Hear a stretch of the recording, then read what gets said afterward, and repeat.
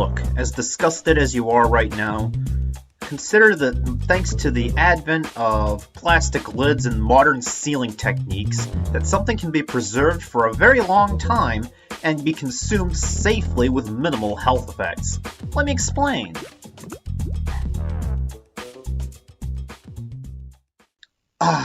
Butter.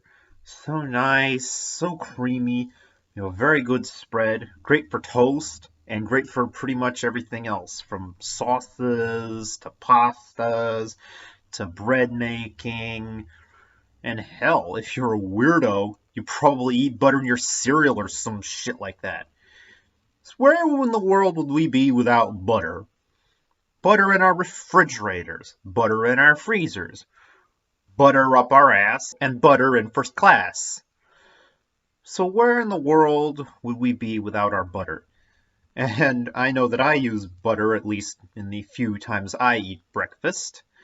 And since breakfast for me comes in so few and far between because of personal issues that I really rather not get into right now. But anyways, I sometimes buy something from the grocery store and completely forgot I even have it in the first place. I'm sure you've done this too, where you've got something on your shopping list, you bought it, you put it away in your cabinet or wherever else, and it was just kind of left to sit there for weeks and weeks and weeks and weeks, only to discover it near its expiration date or even just a little bit past its expiration date. And you might be wondering when you look at that bag of chips or that thing of beef jerky or whatever, and you have to ask yourself, is this still good?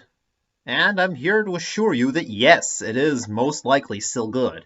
You see, you might not think so because historically, anything that could be consumed by a thing that existed would usually fester and rot within the span of days or even hours. From the first multicellular organisms to trilobites to dinosaurs to the first mammals to even early hominids. Because enzymes in food are basically little tiny chemicals that trigger reactions. That's pretty much all they are, and don't let your diet bullshit whatever tell you otherwise. So these enzymes break down through oxidization, and these bonds weaken over time. And thus, when they're weakened, they can either harden or they can loosen depending on, what kind of food that it just so happens to be in. And once these enzymes have gone bad, then it's not fit for human consumption by that point. This is part of why famines and blights were so devastating for all those centuries and millennia. It's because their food source was grown, and they didn't have a way of preserving food. And food would rot and milk would spoil within days. Corn would grow moldy within the span of a week. And hell, even meats would grow all rotten lest it be cured within days or even hours of it being prepared and everything.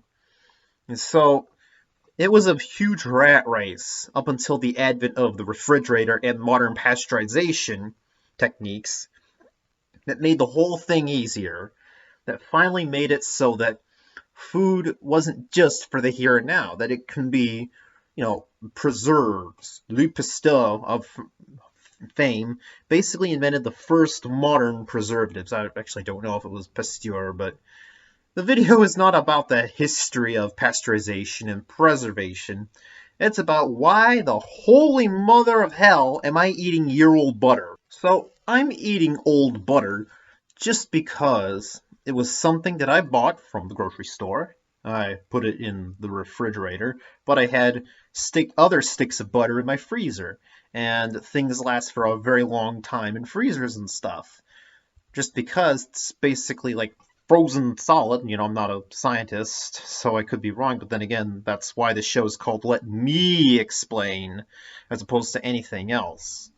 Then anyway, when something is frozen, it's preserved for an incredibly long period of time. Hell, they've even preserved freaking mammoth bodies in snow. In fact, there's this whole science project up in Russia where they're taking mammoth tissue and they're basically trying to remake mammoths from hair follicles that still remained perfectly preserved in the Siberian ice.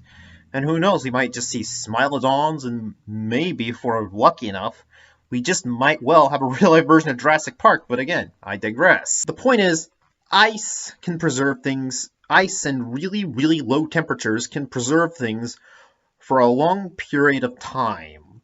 I mean, when there's an organ transplant, they put the transplanted organ on ice for a reason. It's because they don't want the organ to rot by the time it gets to the body, because when it does rot, it could certainly cause death in the body. And so, with this in mind, I keep sticks of butter in my freezer, and I would take one out, and I would use that, slice it up, put it in pasta or bagels or whatever I'm going to do with it.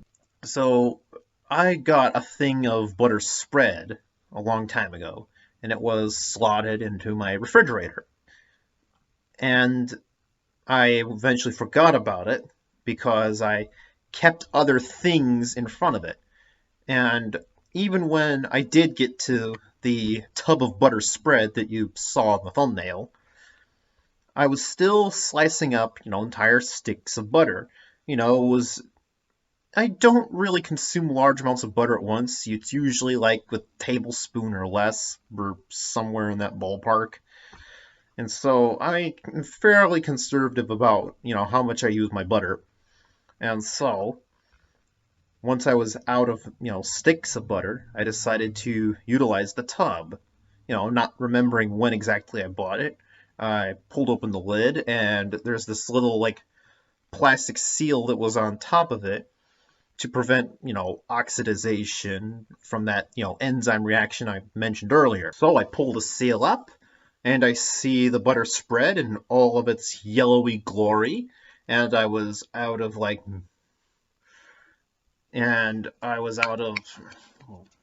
why can't I think of it?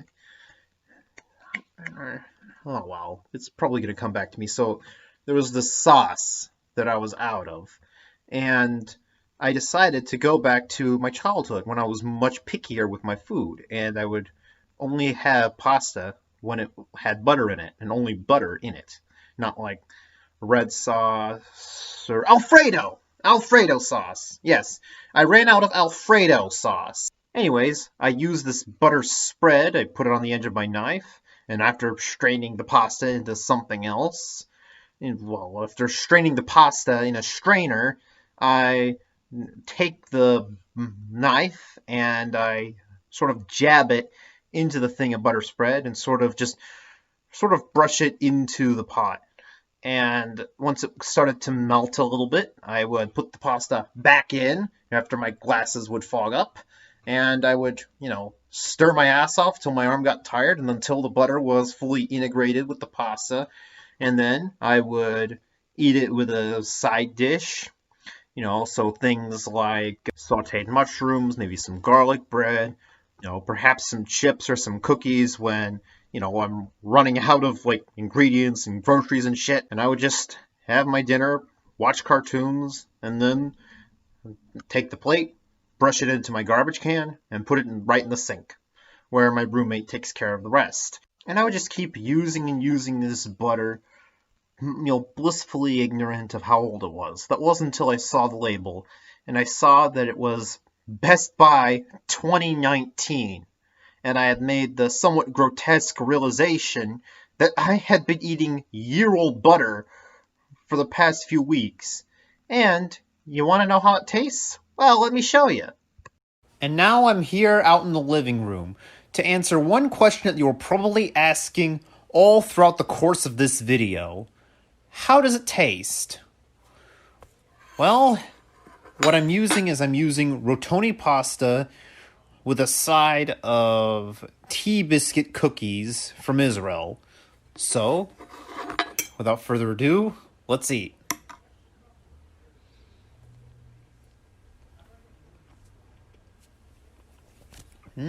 Not bad. It's nice, very light, and pretty much the only thing I'd eat as a kid, but I digress. And so, for me, butter pasta is a bit of a comfort food because as a kid I was very weird about sauces and stuff. And so this is kind of what I like eating. I mean, knowing the butter that I've used, I'm probably going to get like really bad diarrhea in a few days, but hey, it tastes good. It's not too badly discolored. There aren't like black spots. You know, it's still great even a year after it's expired. So this just goes to show that you can't always trust the best before date. And this is Tomstead39, over and out.